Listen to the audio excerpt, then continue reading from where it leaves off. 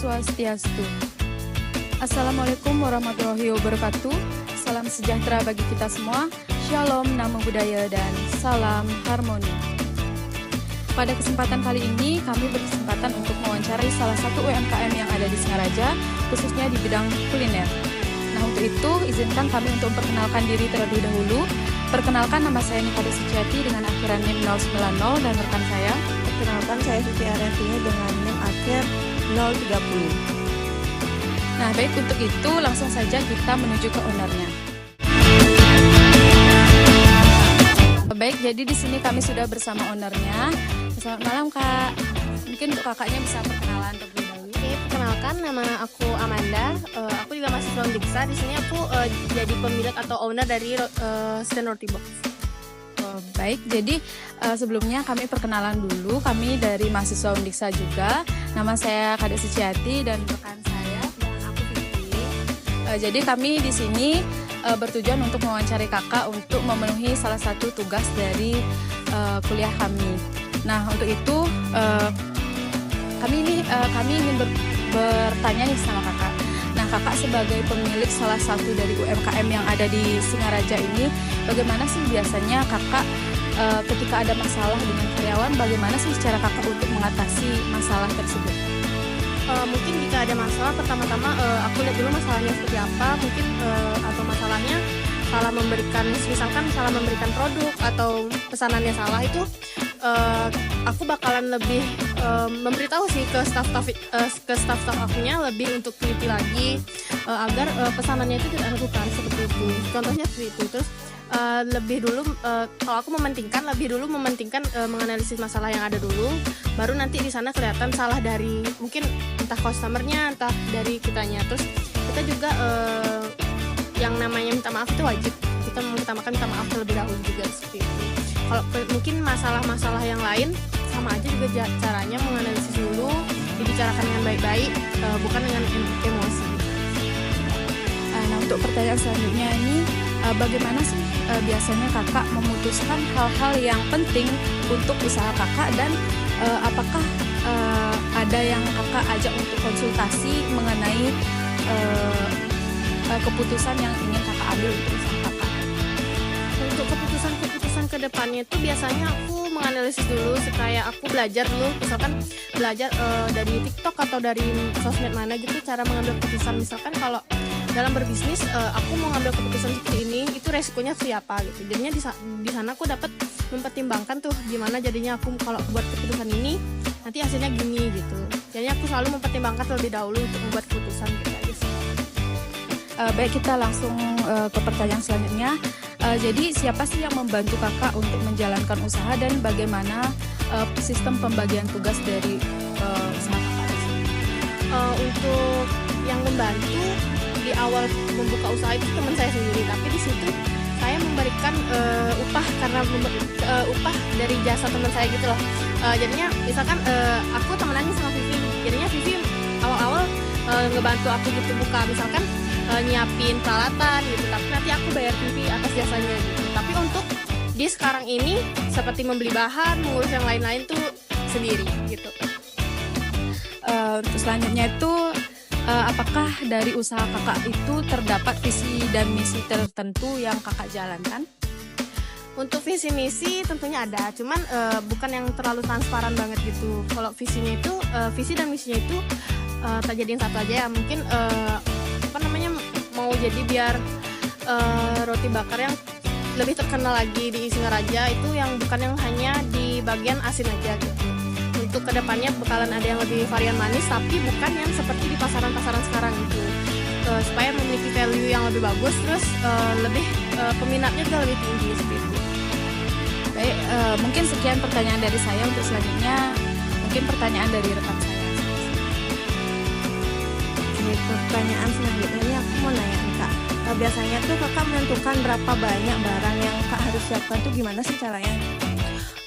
Mungkin kalau berapa banyak barang yang perlu disiapkan tuh dari awal jualan sih. Misalkan aku menyiapkan ayam cincang 1 kilo di minggu pertama seperti itu. Jadi dalam 1 bulan itu aku menganalisis dalam 1 hari itu aku menghabiskan berapa bahan. Misalkan ayam di 1 kilo, jadinya jadinya misalkan di 1,5 kilo gitu, berarti kalau 2 hari kan 3 kilo gitu. Jadinya di sana aku menyiapkan ya mungkin lebih lagi atau lebih sedikit gitu. Soalnya semisalkan kalaupun sisa itu dia tidak basi gitu. Jadinya sisa itu bisa ditempatkan dan taruh di kulkas dan bisa dipakai besoknya lagi gitu. Bukan hal-hal maksudnya bahan-bahan yang jadi sekarang terus kalau nggak terjual tuh basi, nggak kayak gitu soalnya gitu. Jadinya resikonya itu rendah. Terus gimana sih cara kakak untuk kayak menarik pelanggan biar lebih banyak bagi yang datang? Kalau dari itu sih aku fokus ke branding sama pemasaran. Yang aku lakuin di awal tuh bener-bener yang namanya pemasaran full-fullan setiap minggu. Jadinya aku narik customer dulu, mencari pelanggan, mencari kepercayaan oleh pelanggan. Nanti setelah itu kebanyakan nih dari pengalaman saya sendiri, kebanyakan tuh pelanggan repeat order. Jadinya di sana juga kita harus menjaga kualitas gitu. Jadinya pelanggan tuh tidak kecewa sama produk yang dia beli dan dia ngerasa worth it dengan harga segitu karena value yang ada. Oke, kita lanjut ke pertanyaan selanjutnya ya kak. Jadi kekuatan utama dari bisnis kakak ini apa sih? Kalau kekuatan utamanya nggak begitu spesifik sih, tapi powernya tuh dari overall tuh di marketing sih, pemasarannya sih. Kalau bisa terbilang produkku tuh pesaingnya lumayan banyak di sini. Apalagi di sini memang terkumpul UMKM yang benar-benar setiap standnya itu berbeda-beda makanannya gitu. Jadi di powernya tuh di pemasaran sih, di marketing, di branding gitu. Oke, terus ada nggak tantangan terbesar dalam menghadapi gini selama kakak menjalankan bisnis? Kalau tantangan terbesar sih kayaknya di bagian cuaca ya, karena di belakangan ini Singaraja hujan panas, jadinya customer itu kalau hujan kan otomatis nggak ada yang datang, tapi bakalan sepi pelanggan gitu. Itu sih tantangan terbesar dari sekarang, cuaca gitu. Cuaca ya. Terus ada nggak kayak kendala yang sulit banget terus kak alami, dan bagaimana sih cara kak mengatasi kendala tersebut? Kalau kendalanya biasanya aku di staff, karena kebanyakan staff yang aku ajak kerja itu kebanyakan mahasiswa Litsa. Jadi masih mahasiswa, masih sekolah seperti itu. Jadinya dia bukan yang tipikal kerja yang berbulan-bulan gitu. Jadinya dia palingan kerja di 3 bulan, 4 bulan selesai gitu. Nah, di sana aku jadinya harus lebih lumayan sering nge-training gitu. Dan nge-training itu tidak sebentar. Aku minimal tuh 15 hari gitu. Karena takutnya kalau trainingnya terlalu sebentar itu nanti produk yang dijual tuh tidak sesuai gitu. Jadinya tantangan terbesar tuh di staffnya sih, yang untuk nge-trainingnya itu, karena terlalu sering mengganti pegawai gitu. Kalau yang sekarang berapa kak pakai staff?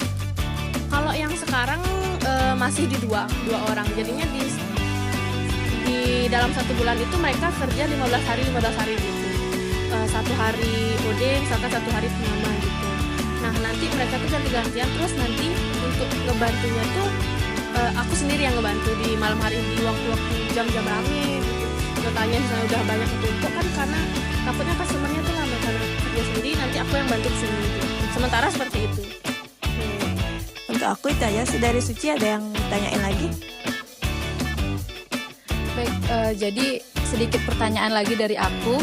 Nah, untuk sistem promosi kakak tuh seperti apa sih? Mungkin cuma di offline saja atau mungkin bisa via Grab atau bagaimana?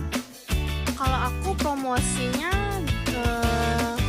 jujur-jujuran aja, aku tuh dari sosmed sih, karena kebanyakan target marketnya aku tuh menengah ke atas sama mahasiswa gitu.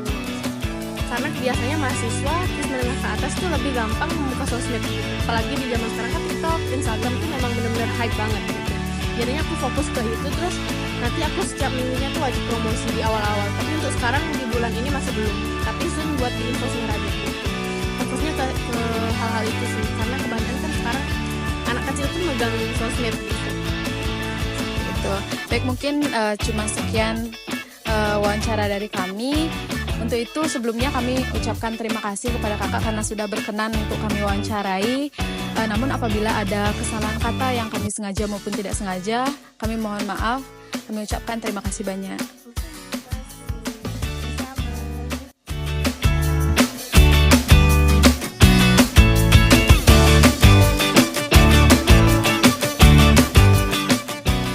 itu dia wawancara singkat dari kami bersama salah satu owner UMKM kuliner yang ada di Singaraja, khususnya di food court di depan Badilan. Untuk itu akhir kata kami ucapkan terima kasih. Om Santi Santi Santi.